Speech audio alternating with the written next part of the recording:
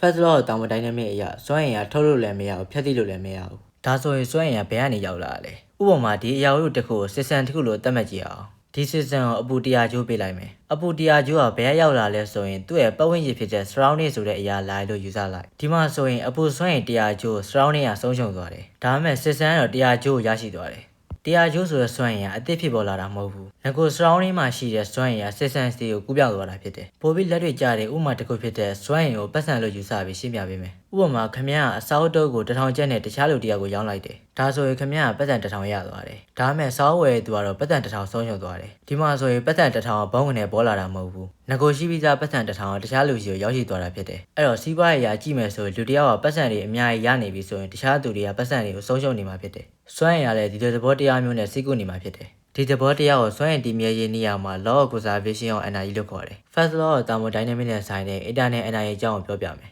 system တစ်ခုကို gas တွေဖြစ်လိုက်မယ် gas တွေမှာဆိုရင် particle တွေရဲ့ရွေးချယ်မှုစွမ်းအင်ဖြစ်တဲ့ kinetic energy နဲ့ particle တစ်ခုနဲ့တစ်ခုရဲ့ intermolecular force တွေကြောင့်ဖြစ်တဲ့ potential energy တွေရှိတယ်အဲ့ဒီ kinetic energy နဲ့ potential energy စွမ်းအင်နှစ်ခုပေါင်းကို internal energy လို့ခေါ်တယ် internal energy က system ရဲ့အပူရရှိမှုဆုံးရှုံးမှု Q နဲ့အလုပ်ပြမြောက်မှု work done W ပေါ်လိုက်ပြီးပြောင်းလဲတယ်ဒီပုံတွေဒီမှာ Q နဲ့ W ရဲ့လက္ခဏာကိုဘယ်လိုယူရမလဲဆိုတာကိုပြပြပေးမယ် Q ကိုအရင်ကြည့်ရအောင်ဥပမာအလုပ်ပိတ်ထားတဲ့ system တစ်ခုတည်းကို gas တွေဖြစ်လိုက်မယ်အဲ့ဒီ system အပူရရှိတဲ့ဆိုရင် system ထဲမှာရှိတဲ့ gas particle တွေရဲ့ kinetic energy နဲ့ potential energy ကမြင့်တက်သွားတယ်အဲ့တော့ kinetic energy နဲ့ potential energy ရဲ့ပေါင်းလက်ဖြစ်တဲ့ internal energy ကလည်းမြင့်တက်သွားတယ်ဒီမှာဆိုရင် system အပူတွေရရှိတဲ့အတွက်ကြောင့် Q ကိုပလက်ယူရတယ်အကယ်၍ system အပူကိုဆုံးရှုံးမယ်ဆိုရင် gas particle တွေရဲ့ kinetic energy နဲ့ potential energy ကရောကျသွားတယ်အဲ့တော့ system ရဲ့ internal energy ကလည်းရောကျသွားတယ်ဒီမှာဆိုရင် system အပူဆုံးရှုံးသွားတဲ့အတွက် Q ကို minus ယူရတယ်နောက်တစ်ခုက work done work done မှာဆိုရင် work done by the system နဲ့ work done on the system ဆိုပြီးနှစ်မျိုးရှိတယ်ခုတစ်ခါ system ကိုအလုံးပိတ်ဖဲနဲ့ piston တစ်ခုတက်ထားလိုက်မယ်